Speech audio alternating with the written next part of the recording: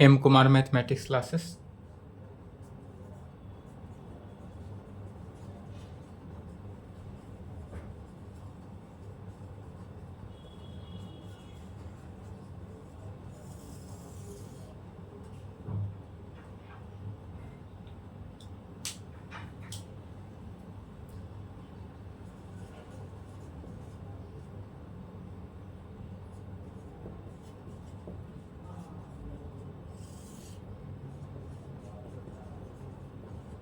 Lecture 1 class 11th में आज से न्यू टॉपिक शुरू हो रहा है, न्यू चैप्टर। आपने पहला चैप्टर क्या पढ़े थे 11th क्लास में? सबसे पहले हम पढ़ाए थे चैप्टर 1 में। चैप्टर 1 में चला था सेट। चैप्टर 1 में क्या चला था? सेट। चैप्टर 1 सेट था। चैप्टर 2 जो था, चैप्टर 2 क्या था? Relation and function. Relation and function. सबसे पहले हमने शुरुआत किया था सेट थ्योरी। सेट थ्योरी के अंदर आता है चैप्टर 1 सेट, चैप्टर 2 में रिलेशन एंड फंक्शन। उसके बाद शुरू हुआ था ट्रिगोनोमेट्री। ट्रिगोनोमेट्री के अंदर आता था चैप्टर 3। इसी प्रकार अब शुरू क्या करना है? अलजेब्रा। अब शुरू होगा अलजेब्रा। अलजेब्रा के अंदर टोटल कितने chapter? 6 chapter. Chapter 1 to 6 algebra के अंदर 6 चैप्टर पढ़ना है। या 6 चैप्टर जो होगा अलजेब्रा में, अलजेब्रा के मुताबिक देखेंगे तो चैप्टर 1 हो जाता है क्या? Principal of mathematical induction. Algebra के मुताबिक क्या हुआ? चैप्टर 1। बट एनसीईआरटी बुक के अनुसार देखेंगे तो यह चैप्टर 4 हुआ। तो चैप्टर 3 तक हो गया। चैप्टर 4 आज शुरू होगा प्रिंसिपल ऑफ मैथमेटिकल इंडक्शन, जो किसका पार्ट है? अलजेब्रा का है। 11th क्लास में 3 ही ऐसा टॉपिक है जो लॉन्ग चलता है। पहला होता है ट्रिगोनोमेट्री बेसिक, जिसका यूज भी पड़ता है। 3 ही है, जिसका 4 है जिसका यूज है, बेसिक है। पहला क्या है? ट्रिगोनोमेट्री। दूसरा हो जाता है अलजेब्रा। उसके बाद हो जाता है कोऑर्डिनेट। उसके बाद क्या आता है? कोऑर्डिनेट। और उसके बाद हो जाता है कैलकुलस। यह 4 ही पार्ट है, जो 4 पार्ट अधिक बेसिक आपको जानकारी चाहिए 11th क्लास में। 12th में इससे ईजी होता है। उसमें से आपका ट्रिगोनोमेट्री समाप्त हो चुका। ट्रिगोनोमेट्री में अगर आपको कहीं से डाउट हो बाबू तो आप संपर्क कर सकते हैं, उसके लिए आप बेझिझक फ्री हैं। अब शुरू करते हैं क्या चीज़? अलजेब्रा से शुरू हो रहा है। तो अब टॉपिक डालेंगे अलजेब्रा। टॉपिक हो गया अलजेब्रा। अलजेब्रा के अनुसार चैप्टर 1 हो जाएगा आपका प्रिंसिपल ऑफ मैथमेटिकल इंडक्शन। किसके अनुसार? अलजेब्रा के अनुसार। बट यह है चैप्टर 4। ध्यान से समझेंगे, अलजेब्रा के अनुसार यह चैप्टर 1 हुआ, चैप्टर्स। बट यह क्या, कौन सा चैप्टर हुआ? 4 चैप्टर हुआ। Principal of mathematical induction. Principal of mathematical induction. दूसरा अलजेब्रा के अनुसार दूसरा chapter complex number and quadratic equation. But chapter यह कितना हुआ? एनसीईआरटी बुक के अनुसार चैप्टर 5 हुआ। Complex number and quadratic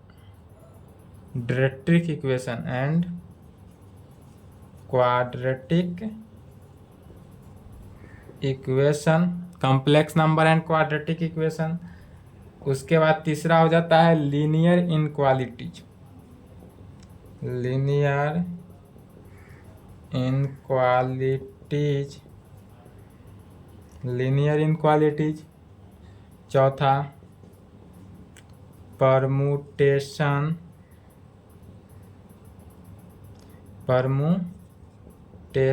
and combination. Permutation and combination. पांचवा परमुटेशन एंड कॉम्बिनेशन। पांचवा हो जाएगा बाइनोमियल थ्योरम। एंड छठा चैप्टर क्या हो जाएगा? sequence and series. पहला चैप्टर क्या हो गया, प्रिंसिपल ऑफ मैथमेटिकल इंडक्शन। दूसरा हो जाएगा complex number and quadratic equation. तीसरा हो गया लीनियर इनक्वालिटीज। चौथा परमुटेशन एंड कॉम्बिनेशन। पांचवा में बाइनोमियल थ्योरम एंड छठा में सीक्वेंस एंड सीरीज। यह जो 6 चैप्टर है, 6 के 6 चैप्टर यह किसके अंदर आता है, अलजेब्रा के अंदर आता है। यह सभी के सभी क्या है, अलजेब्रा ही है। अलजेब्रा को 6 चैप्टर में डिवाइड किया गया है। अलजेब्रा जो है, इस अलजेब्रा को 6 चैप्टर में डिवाइड किया गया है। बट आपको एनसीईआरटी बुक में यह प्रिंसिपल ऑफ मैथमेटिकल इंडक्शन जो है, एनसीईआरटी अगर बुक के मुताबिक देखेंगे, एनसीईआरटी बुक के अनुसार अगर देखेंगे चैप्टर्स, तो यह कौन सा चैप्टर मिलेगा आपको, 4th chapter. Principal of mathematical induction आपका क्या है, 4th चैप्टर है। Complex number and quadratic equation जो मिलेगा यह आपको 5th चैप्टर मिलेगा। लीनियर इनक्वालिटी जो है यह आपका 6th चैप्टर मिलेगा। परमुटेशन एंड कॉम्बिनेशन जो है आपका 7th चैप्टर मिलेगा। And binomial theorem 8th chapter मिलेगा। और sequence and series 9th chapter मिलेगा। यह एनसीईआरटी बुक के अनुसार, बट अलजेब्रा के अनुसार अगर देखेंगे तो यह चैप्टर 1 हुआ, चैप्टर 2, चैप्टर 3, 6 चैप्टर। तो अब पहला टॉपिक डालेंगे chapter 1 principal of mathematical induction से शुरुआत करते हैं। उसके बाद जब प्रिंसिपल ऑफ मैथमेटिकल एकदम छोटा चैप्टर है, एक ही एक्सरसाइज है इसमें। उसके बाद कॉम्प्लेक्स नंबर, तब लीनियर इनक्वालिटी, जिस प्रकार है उसी प्रकार से आगे बढ़ते जाएंगे। और आपका सभी के सभी जिस प्रकार क्लास चल रहा है, कंटिन्यू क्लास चलते रहेगा। चलिए तो इस सभी के चैप्टर लिख लें, यहाँ तक लिख लें। उसके बाद है टॉपिक डाल देंगे हम, chapter 1 principal of mathematical induction. इसी को शॉर्टकट में PMI भी लिखते हैं। शॉर्टकट में क्या लिखते हैं, PMI। अलजेब्रा के अंदर है चैप्टर 1, ध्यान यही रहना है। और अगर एनसीईआरटी बुक के अनुसार देखेंगे तो चैप्टर 4th, तो आप चैप्टर 4th भी लिख सकते हैं या चैप्टर 1 लिखे, कोई बात नहीं।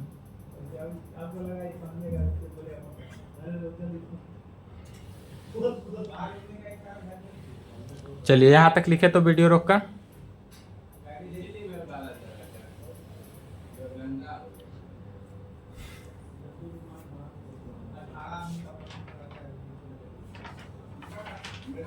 प्रिंसिपल ऑफ मैथमेटिकल इंडक्शन में कुछ नहीं है, थोड़ा सा समझना है और सेम उसी प्रकार से ऑल क्वेश्चन क्या करना है, बनाते चले जाना है।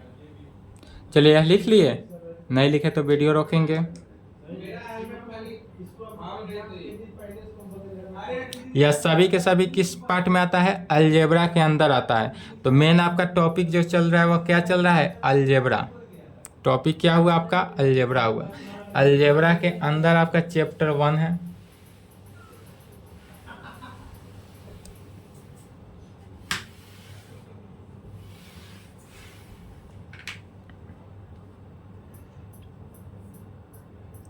शुरू करते हैं अलजेब्रा। अलजेब्रा में चैप्टर 1 फर्स्ट, चैप्टर फर्स्ट क्या हो जाएगा, चैप्टर का नाम लिखेंगे principal of mathematical induction. Principal of mathematical induction, principal of mathematical induction को शॉर्टकट में PMI लिखते हैं। PMI principal of mathematical induction. PMI का full form principal of mathematical induction. यह आपको प्रिंसिपल ऑफ मैथमेटिकल इंडक्शन का यूज जब 12th class में जाएंगे तो 12th क्लास के मैट्रिक्स के मिसलेनियस में यूज पड़ेगा।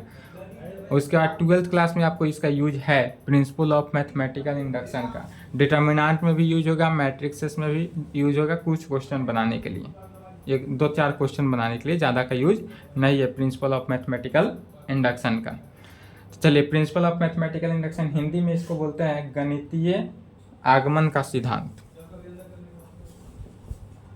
हिंदी में कहते हैं गणितीय आगमन का सिद्धांत, गणितीय आगमन का सिद्धांत, प्रिंसिपल ऑफ मैथमेटिकल इंडक्शन को हिंदी में क्या कहते हैं? गणितीय आगमन का सिद्धांत। गणितीय आगमन का सिद्धांत क्या है? तो इसको लिखते हैं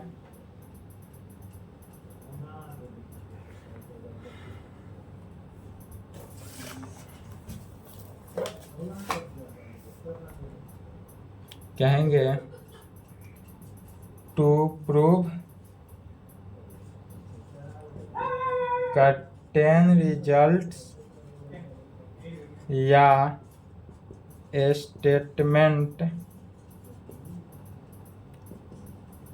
इन algebra that are formulated in terms of n where जहाँ n is a क्या होना चाहिए? Natural number. n क्या है? Natural number. we use a specific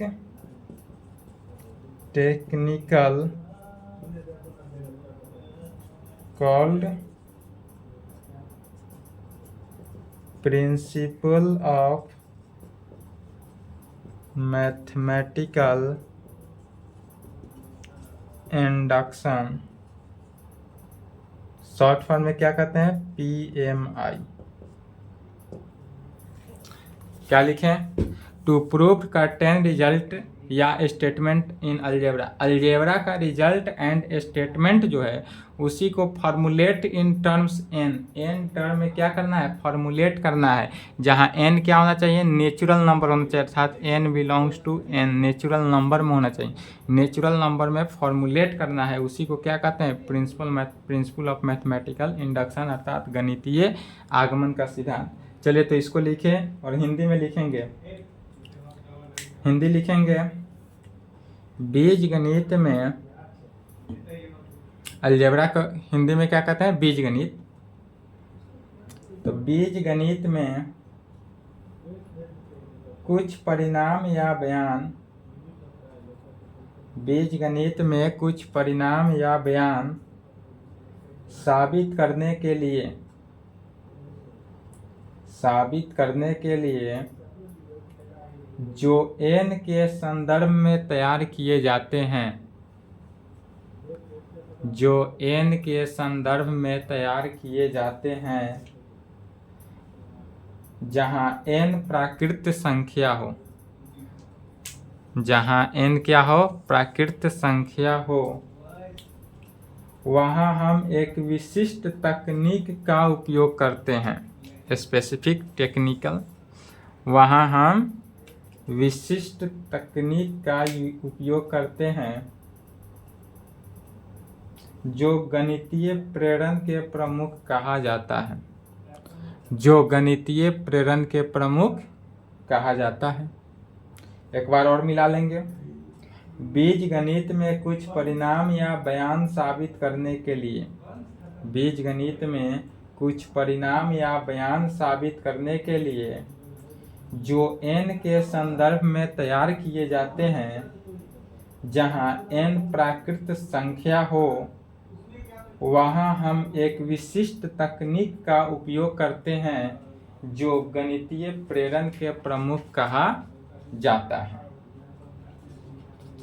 जो क्या होता है? प्रेरण कहा जाता है।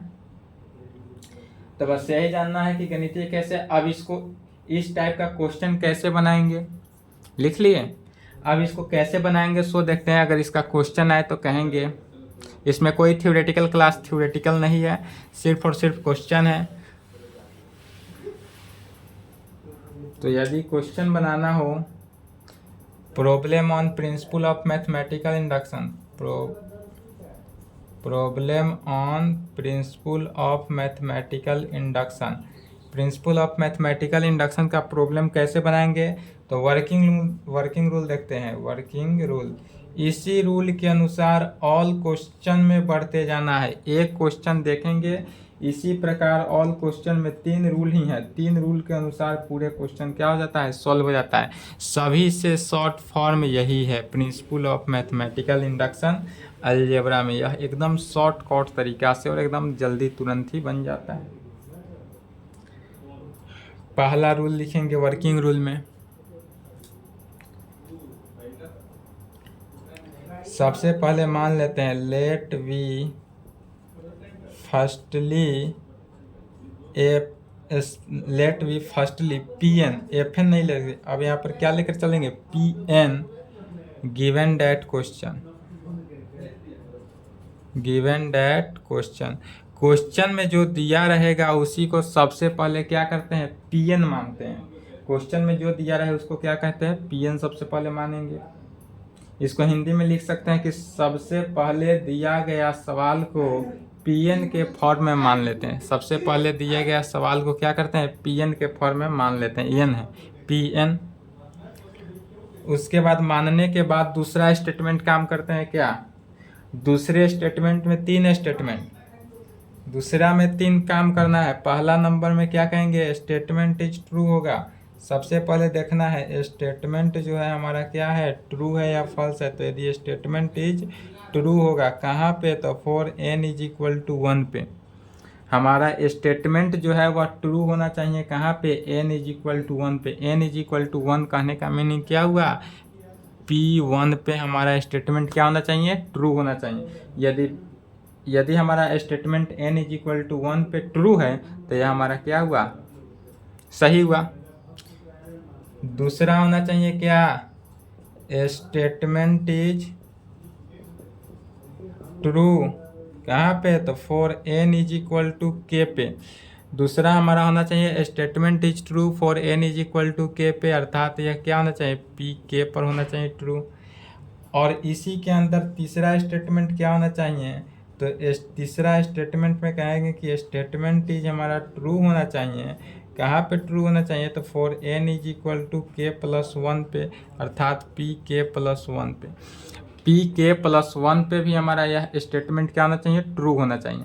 तो दूसरा फर्स्टली में क्या करेंगे कि जो दिया गया क्वेश्चन होगा उसको हम pn के फॉर्म में मान लेते हैं। दूसरा स्टेटमेंट में कहेंगे कि n इज इक्वल टू 1 पे ट्रू होना चाहिए। दूसरा में n is equal to k पर ट्रू होना चाहिए। तीसरा में n is equal to k plus 1 पे ट्रू होना चाहिए। यदि तीनों ट्रू है तब कहेंगे तीसरा स्टेटमेंट क्या लागू करेंगे, तीसरा वर्किंग रूल। तीसरा वर्किंग रूल में कहेंगे 10 यदि P1 is true and Pk plus 1 is true हुआ when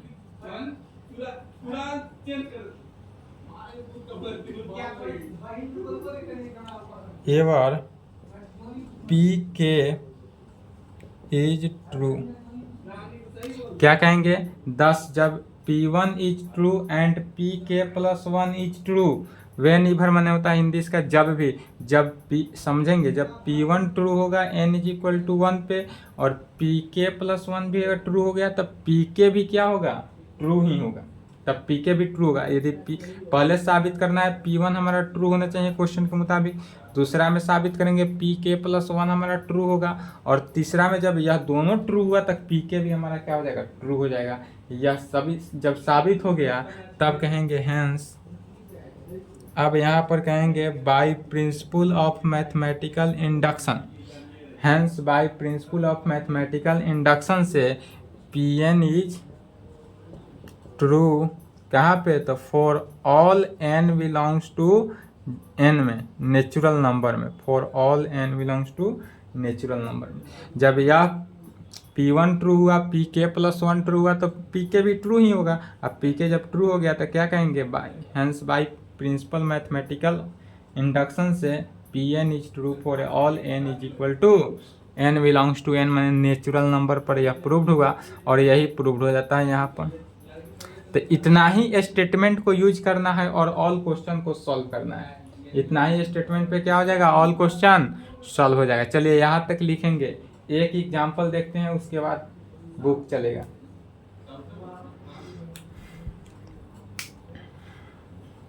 चलिए यहाँ तक लिखे फास्टली।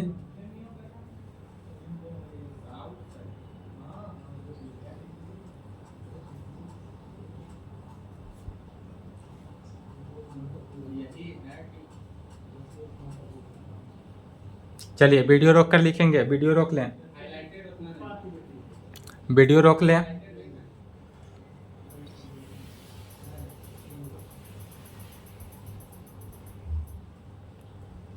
एग्जाम्पल में क्वेश्चन देखते हैं।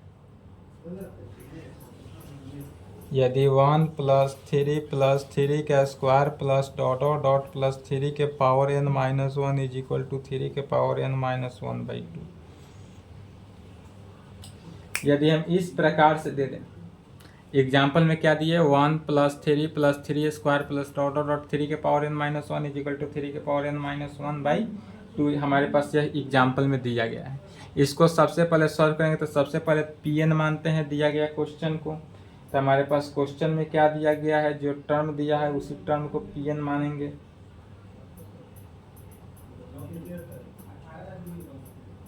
चलिए लिख लिए, नहीं लिखे तो वीडियो रोक के लिखेंगे। अब सबसे पहले क्या करते हैं, let firstly Pn is given by question के मुताबिक हम Pn मानेंगे इस पूरे टर्म को। उसके बाद n इज इक्वल टू 1 पे चेक करेंगे कि ट्रू है कि नहीं, फिर n is equal to k पे, फिर n is equal to k + 1 पे। तीनों जब ट्रू हो गया तो हमारा क्या हुआ, n belongs to natural number पे हमारा क्या हुआ, या प्रूव हुआ।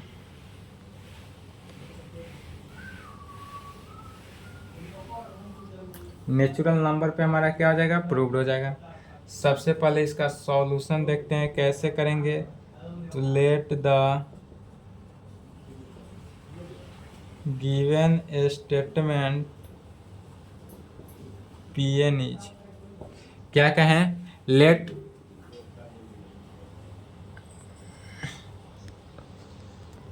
The given statement Pn is, Pn जो दिया गया स्टेटमेंट है इसको सबसे पहले मानेंगे। क्या माने, Pn, यह जो Pn स्टेटमेंट है 1 + 3 + 3 का square plus dot dot dot plus 3 के पावर n - 1 टर्म तक, कहाँ तक जाएगा, n - 1 टर्म तक दिया गया है, इज इक्वल टू 3 के पावर n - 1 डिवाइडेड बाई 2। और इस पूरे वैल्यूएशन को, पूरे वैल्यू को डायरेक्ट सॉल्व करके यहाँ पर दिया गया है। इतने वैल्यू को ना लिखकर हम डायरेक्ट इस वैल्यू को भी लिख सकते हैं, डायरेक्ट इस वैल्यू को भी लिख सकते हैं। अब यहाँ पर एक टर्म, या इसको इस प्रकार से भी लिख सकते हैं, Pn जो है 1 + 3 + 3 का square plus dot dot dot plus 3 के पावर n - 1 है, उससे पहला वाला टर्म क्या होगा, 3 के पावर n - 2 प्लस 3 के पावर n - 1। 3 के पावर n - 1 से उसके जस्ट पहले वाले टर्म को एक बार और लिख लिए तो 3 के पावर n - 2 ही होगा। अब for n is equal to 1 पे चेक करते हैं, for n is equal to 1 पे। तो अब हम n इज इक्वल टू यदि 1 पे चेक करते हैं तो कैसे चेक करेंगे, तो P1 निकालते हैं। P1 कैसे निकालेंगे, तो इसी पर निकालेंगे, 3 के पावर n - 1 डिवाइडेड बाई 2 दिया हुआ है, तो 1 इज इक्वल टू 3 के power 1 - 1 divided by 2 is equal to 2 cancel होकर क्या हुआ, 1। तो चूंकि P1 का वैल्यू जो है 1 के इक्वल आया, P1 का वैल्यू क्या है 1, जो 1 के इक्वल आ गया, इसलिए क्या कहेंगे, विच इज ट्रू। यह जो P1 1 है, पहला टर्म 1 है तो 1 के इक्वल आ गया, इसलिए यहाँ पर क्या हो गया, तो विच इज ट्रू। यह हमारा P1 for n is equal to 1 के लिए ट्रू हुआ।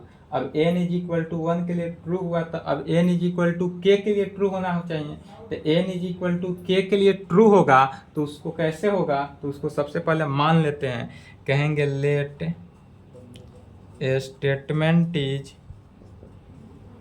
True for n is equal to k के लिए। हमारा स्टेटमेंट जो है वह ट्रू होगा फॉर कहाँ के लिए, n is equal to k के लिए। अर्थात इस कंडीशन से देखेंगे तो pk का जो वैल्यू होना चाहिए, क्या होना चाहिए, 1 + 3 + 3 का स्क्वायर प्लस 3 के power k plus dot dot dot कहाँ 3 के power k minus 1 is equal to 3 के power k minus 1 divided by 2 पर यही स्टेटमेंट हमारा ट्रू होना चाहिए। n की जगह पर क्या किए k के लिए हमारा यह वैल्यू क्या होना चाहिए, ट्रू होना चाहिए। इसको इक्वेशन नंबर फर्स्ट मानेंगे और यहाँ तक आने के बाद इसको इक्वेशन फर्स्ट मानते हैं और यह स्टेटमेंट मानते हैं। Let statement is true for n is equal to k के लिए और स्टेटमेंट इक्वेशन फर्स्ट मान लिए। अब इसके बाद कहेंगे again for n is equal to k plus 1 के लिए अब मान देखते हैं। अगर n इज इक्वल टू 1 पे तो हमारा स्टेटमेंट ट्रू हो गया विच इज ट्रू।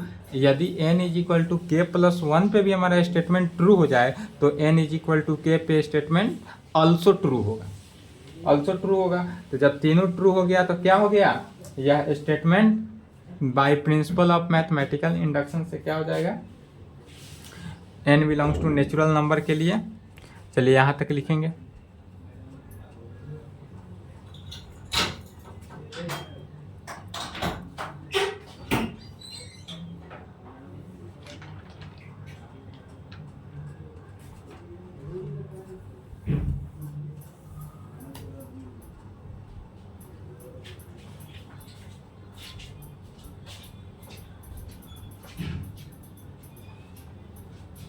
चलिए लिख लिए, वीडियो रोक के लिखेंगे।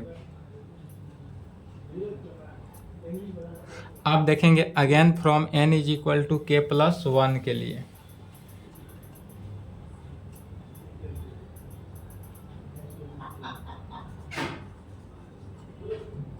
Again for n is equal to k plus 1 के लिए। अब n is equal to k plus 1 के लिए देखेंगे तो जहाँ जहाँ n का वैल्यू क्या था k प्लस 1 रखते जाना है। इसी टर्म में p k प्लस 1 जो है क्या होगा 1 प्लस 3 प्लस 3 का square plus dot dot dot plus यहाँ पर देखेंगे 3 के पावर n माइनस 2 है तो n की जगह पर k प्लस 1 रखते हैं तो k प्लस 1 माइनस 2 तो 3 के पावर क्या हो गया k माइनस 1 तो प्लस 3 के पावर k माइनस 1 रखेंगे। फिर यहाँ पर 3 के पावर n माइनस 1 है तो 3 के power k plus 1 minus 1 cancel होकर 3 के पावर क्या हो जाएगा k, तो 3 के power k is equal to 3 के power k plus 1 minus 1 divided by 2। इसी को स्टेटमेंट निकालने के लिए सबसे पहले क्या किए थे, एक अंक पहले चूँकि देखेंगे तो p के यहाँ से यहाँ तक का वैल्यू हमारा यहाँ से यहाँ तक का वैल्यू क्या रहा है, यहाँ से यहाँ तक का वैल्यू यह देखेंगे तो 3 के power k minus 1 divided by 2 का फॉर्म में आ गया। यदि हम यहाँ से लेकर यहाँ तक का वैल्यू देखें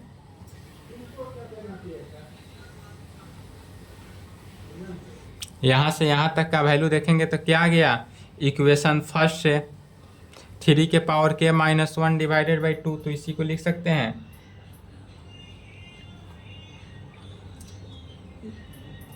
इज इक्वल टू 3 के power k minus 1 divided by 2 plus divided by 2 plus 3 के पावर k एक्स्ट्रा रहा है तो प्लस 3 के पावर k ही रहा।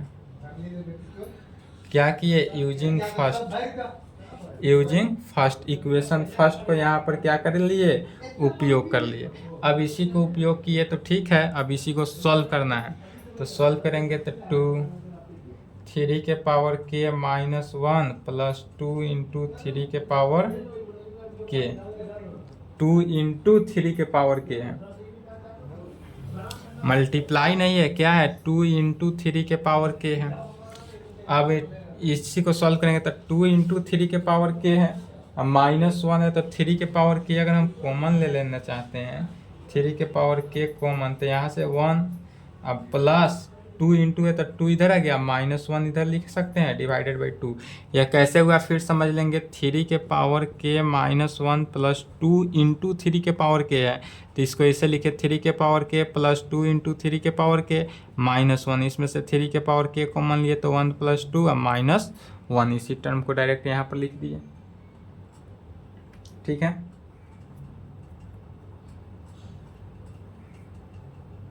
इसी टर्म को क्या किए डायरेक्ट यहाँ पर लिखें। इज इक्वल टू 3 के पावर के होगा इंटू 3 माइनस 1 डिवाइडेड बाई 2। 3 के पावर के इंटू 3 इज इक्वल टू क्या हो गया 3 के पावर के प्लस 1 माइनस 1 डिवाइडेड बाई 2। अब यह किसके इक्वल आ गया 3 के पावर के प्लस 1 माइनस 1 डिवाइडेड बाई 2 आ गया पी के प्लस 1 के। तो इसलिए हमारा स्टेटमेंट क्या हुआ ट्रू हुआ। यहां तक आए, यहां तक आने के बाद अब क्या कहेंगे 10। यह लैंग्वेज एक बार याद करना है, ऑल क्वेश्चन में यही लिखना है लैंग्वेज। क्या लैंग्वेज है 10 पी प्लस के पी इंटू के प्लस 1 इज ट्रू होगा, इज ट्रू वेन ईवर माने होता है जब भी, इसका हिंदी वेन ईवर का क्या हो जाएगा जब भी। तो पी के इज ट्रू ही होगा यदि हमारा पी के प्लस 1 जब ट्रू होगा, इसका हिंदी हो जाता है जब भी। तो जब भी p k plus 1 n is equal to k plus 1 हमारा ट्रू होगा, तब उस कंडीशन में पी के भी एन इज इक्वल टू के भी क्या होगा ट्रू होगा। तब कहेंगे हैंस, यहाँ पर कहेंगे by principle of mathematical induction. किसकी सहायता से, तो by principle of mathematical induction statement p n is true, statement p n is true for all n belongs to natural number पर। क्या हो गया, इसलिए by principle of mathematical induction statement is true, statement p n is true for all n belongs to natural number के लिए, और यहाँ पर प्रूव्ड हुआ, यहाँ पर प्रूव हुआ। सेम इसी प्रकार ऑल क्वेश्चन बनता है, 3 ही स्टेटमेंट लेकर चलना है, प्रिंसिपल ऑफ मैथमेटिकल इंडक्शन। अब इसके आगे नेक्स्ट क्लास में एक्सरसाइज चलेगा, एक्सरसाइज बनाएंगे, क्वेश्चन में अगर दिक्कत हो तो एक्सरसाइज 4.1। चलिए आज की क्लास को यहीं समाप्त करते हैं, यहाँ तक कंप्लीट करेंगे।